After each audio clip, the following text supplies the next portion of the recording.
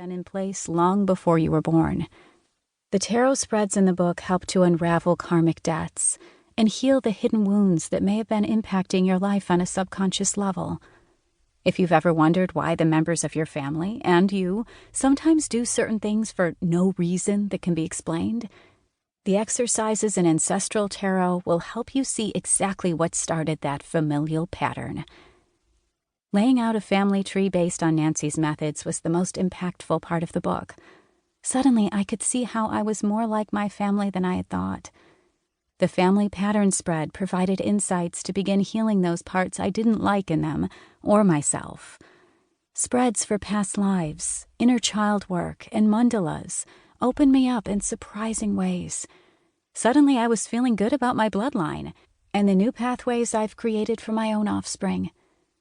Ancestral Tarot is unlike any tarot book I've ever worked with before. It had a profound effect on the way I feel about my family and myself. Nancy's exercises, spreads, prompts, and suggestions have created a rich body of work that will change generations, as well as our understanding of the past. Nancy states in the intro, "Using my cards, I've resolved family issues that were once ignored, found comfort when my mother passed over, and experienced healing from a wound I didn't even know existed." I can say that this has been my experience too, using the methods in Ancestral Tarot. This is a book whose time has come and is sure to be a well-used resource for both tarot fans and students of genealogy. When you tend to the roots of your past, the future of your family can flourish like never before. Blessings, Teresa Reed, author of Tarot, No Questions Asked, Mastering the Art of Intuitive Reading. Introduction. I've spent a lifetime chasing dead people. I suppose that's because death came early to the family. When I was 1, my grandfather left the planet. At age 3, we lost my week-old brother. At 12, my grandmother. At 15, my dad. And a year later, a cousin. Death seemed to be an unwanted guest we couldn't get out the door. How could I not have an interest in the great beyond when I knew so many people who lived there?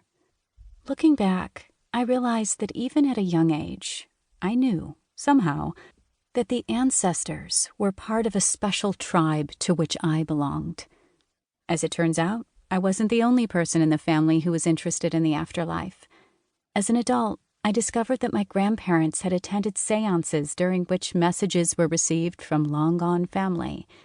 How improbable, an afterthought, that their connection to spirit was kept secret for so long. Growing up, I was always drawn to the past, not only because of my early experiences with death, but because both grandmothers filled my head with stories about covered wagons and Civil War raiders. For me, traveling back in time to see long-gone ancestors was as normal as meeting friends for coffee. Is it any wonder that I've devoted years to writing countless books and magazine articles about the ancestors? The older I got and the more paranormal experiences I had, the more I knew without a doubt that another world existed beyond my own. Call it what you will, but I know with certainty that there is a time or an energy beyond our easily visible one. That other place, the one that's right alongside us and sometimes within us, is where the ancestors dwell.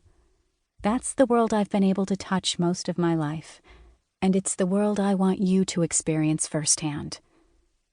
When you learn about your ancestors, you'll gain a strength that's indescribable.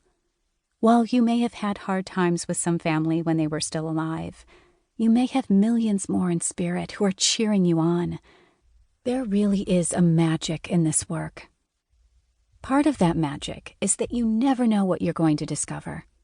Even as I was writing this book, testing spreads and working out how best to download my brain to yours, I was constantly surprised. The messages from beyond were so simple, yet so powerful.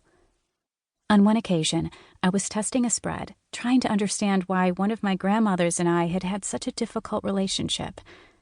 While pulling cards, I had a sudden memory flash. When I was very young, I developed a growth on one of my wrists that was scheduled to be excised.